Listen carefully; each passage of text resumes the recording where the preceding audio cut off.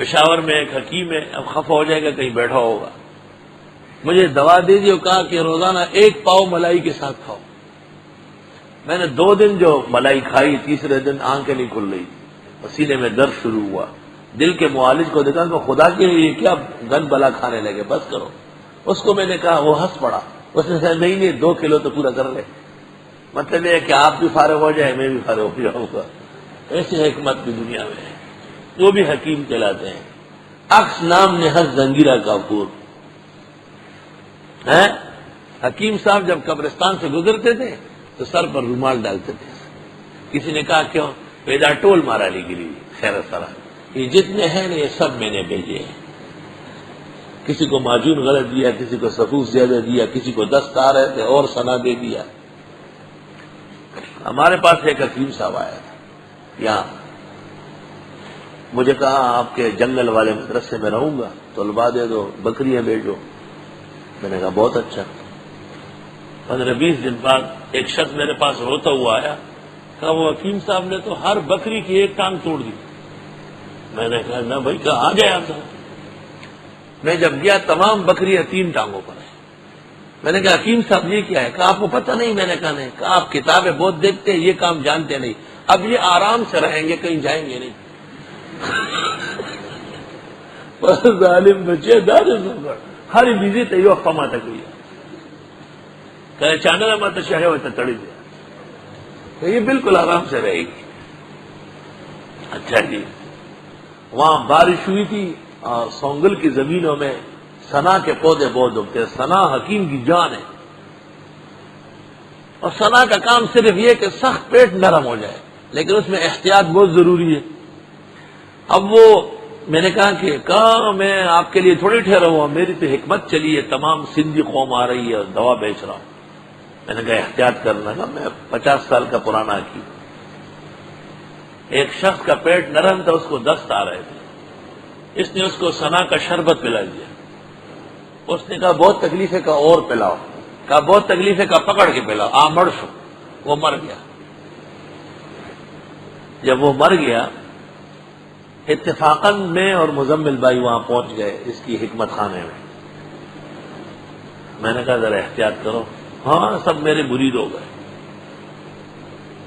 جب میں دیکھ رہا ہوں ایسا تو جنازہ آ رہا ہے، وہاں قبرستان ہے زمین کے ساتھ، اور جنازے کے ساتھ ہر آدمی کے ہاتھ میں ایک ڈنڈا ہے۔ تو میں نے جو ایسا دیکھا، میں نے کہا کسی بیمار کو دوا تو نہیں دی؟ کہا ایک کو دیے۔ سنا کتنی مرتبہ؟ کہا 5 دن سے اس کو پلا رہا ہوں۔ تو وہاں پر حکومت پاکستان نے اسکیم کے تحت بڑے بڑے پائپ رکھے تھے، بہت بڑے بڑے۔ میں نے کہا اس میں گھس جاؤ اور جہاں تک جا سکتے ہو جاؤ۔ کھیل لگے دیدہ لڑکی اور گاڑی میں جاتا پس ہاں وہ دس تم دفعہ ماں بڑھ کئی جوڑ میں ہے لکنا شابہ دی پیپ کے دب دانگا اور پیپ کے ہوتا نہ ہوتا دفعہ کی سینہ میں آگے تب سانا ورکا۔ وہ لوگ آئے جی حکیم صاحب کہاں ہے؟ میں نے کہا حکیم صاحب کو تو نکال دیا ہے۔ کہا بہت پہلے کی بات ہے، مجھے لڑائی مصیبت ہے، 50-60 آدمی ہے، سب کے ساتھ ڈنڈے۔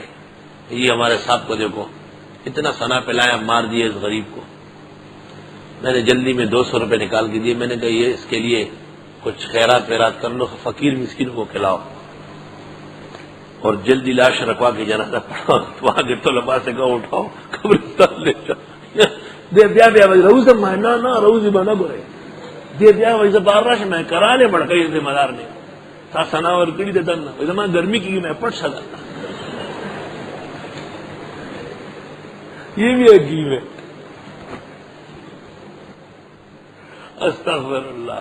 تو ایسے بیوقوف دنیا میں ہوتے ہیں۔ یوت الحکمت من یشاء، حکمت تو لقمان کے پاس تھی، اللہ تعالیٰ نے حضرت لقمان کو ایسی حکمت دی تھی، حضرت فتویٰ لکھتے تھے، پتہ چل گیا داؤد علیہ السلام تشریف لائے، فتویٰ بند کر دیا۔ لوگوں نے کہا کیوں؟ کہ پیغمبر کی موجودگی میں امتی کے علم کی کوئی حقیقت نہیں، پیغمبر آ گئے، آپ آمد تیمم برخاست۔ اللہ اکبر۔ حکیم، حاذق، ماہر دنیا کا سرمایہ ہے۔ حکیم ہوتے تھے، ان کا دل ہر وقت اللہ کے ساتھ جڑا رہتا تھا۔ اللہ اکبر۔ حکمت فقہ کو کیوں کہتے ہیں؟ تمام علوم کو کنٹرول کرتا ہے. فقیہ حق الفقیہ، تمام علوم میں ماہر ہوگا.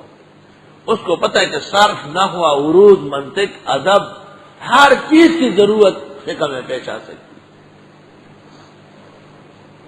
شاہ عبدالعزیز کی خدمت میں دہلی کی 2 رقاصیں پیش ہوئی اور انہوں نے کہا شاہ صاحب آواز کو بھی جانتے ہیں کہ کس رقاصہ کی آواز اچھی ہے؟ شاہ صاحب نے کہا جانتا ہوں. ایک نے گانا گایا پھر دوسری نے گایا.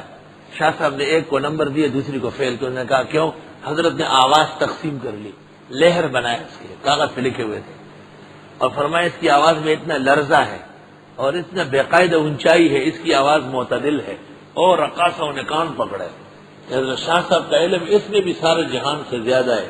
علم موسیقی کے ماہرین آئے اور شاہ عبدالعزیز کا جوتے چاٹے. حضرت نے فرمایا ابن الجوزی نے آغانی اسی موضوع پر لکھی ہے 20 جلدوں. آج اس کی ضرورت پیش آ گئی.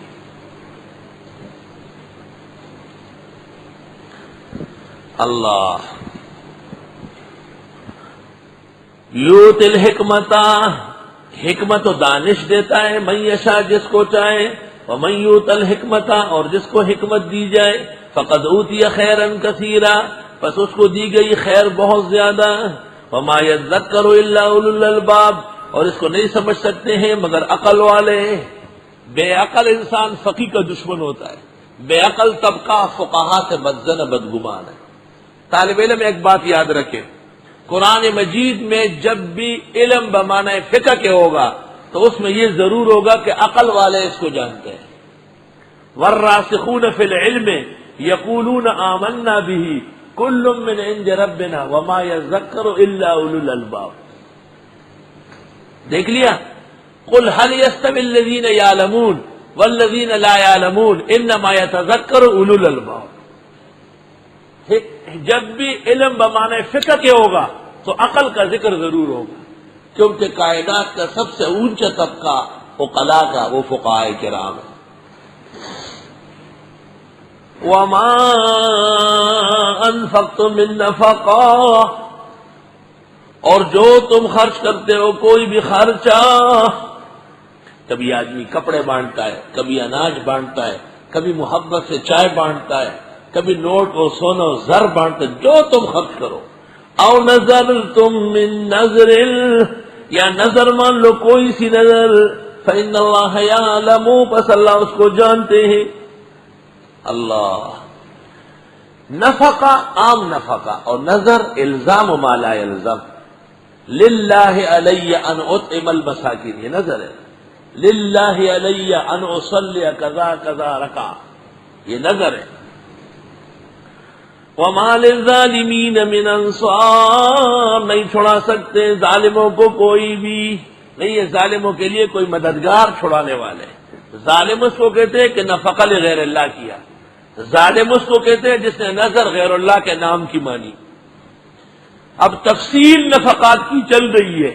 ان تبدوا الصدقات فنعما ہی، اگر تم کھل کر دو خیرات کیا خوب ہے یہ. بعض اوقات موقع ہوتا ہے، ایک شخص کھڑا ہوتا ہے یہاں، کہتے دورہ تفسیر کے تمام طلباء کو میری طرف سے یہ انعام دے دو. ترغیب ہے، فنعما ہی. اتنے لوگوں پر خرچ کرنا ریا میں اتنی جان نہیں ہے، یہ صداقت کی نشانی ہے. وَإِن تُخْفُوهَا، اور اگر تم پوشیدہ دینے لگو، وَتُؤْتُوهَا الْفُقَرَاءَ، اور دیتے بھی ہو مستحقوں کو، فَهُوَ خَيْرٌ لَكُمْ، یہ بہتر ہے تمہارے لیے. آدمی کے لیے بہتری ایسا دینے میں، ادارے کو، علم کو، فن کو اعلان کرنے میں فائدہ ہے. الحمدللہ یہ فکر کی باتیں ہیں، یہ حکمت کی چیز ہے کہ اس وقت اعلان کرنے میں مصلحت ہے، اس وقت راز رکھنے میں مصلحت. پہلے فکر کی حقیقت حکمت بیان کی کہ یہ فقی سے پوچھو، شیخ اور مفتی سے پوچھو کہ میں تعاون کرنا چاہتا ہوں، آپ کیا مناسب سمجھیں گے کہ سب کے علم میں آئے یا آپ کے ثوابدید پر چھوڑے. اس لیے بیچ میں فقہ بمعنی حکمت بیان ہوا، پھر خرچے کا ذکر ہوا. یہ کام علماء فقہاء کا ہے۔ خرچ کرنے کا یہ طریقہ بھی ہے کہ ایک آدمی گیٹ کے اندر داخل ہوا اور لوگوں کو نوٹ دینے لگا، اب اس کو کیا پتا ہے اولا والے کو بھی دے رہے دورے والے کو بھی تخصص کو نہ، وہ استاد سے ناظر سے دریافت کرے، وہ کہیں گے یہ بڑے طلباء ہیں، ان کی ضروریات زیادہ، یہ چھوٹے ان کی کم ہے۔ السلام علیکم ورحمۃ اللہ وبرکاتہ۔ محترم ناظرین اکرام، مفتی ظفر علی خان صاحب کی ویڈیو دیکھنے کے لیے اور سننے کے لیے، ان کے بیانات کو سننے کے لیے ہمارے چینل کو سبسکرائب ضرور کر لیں۔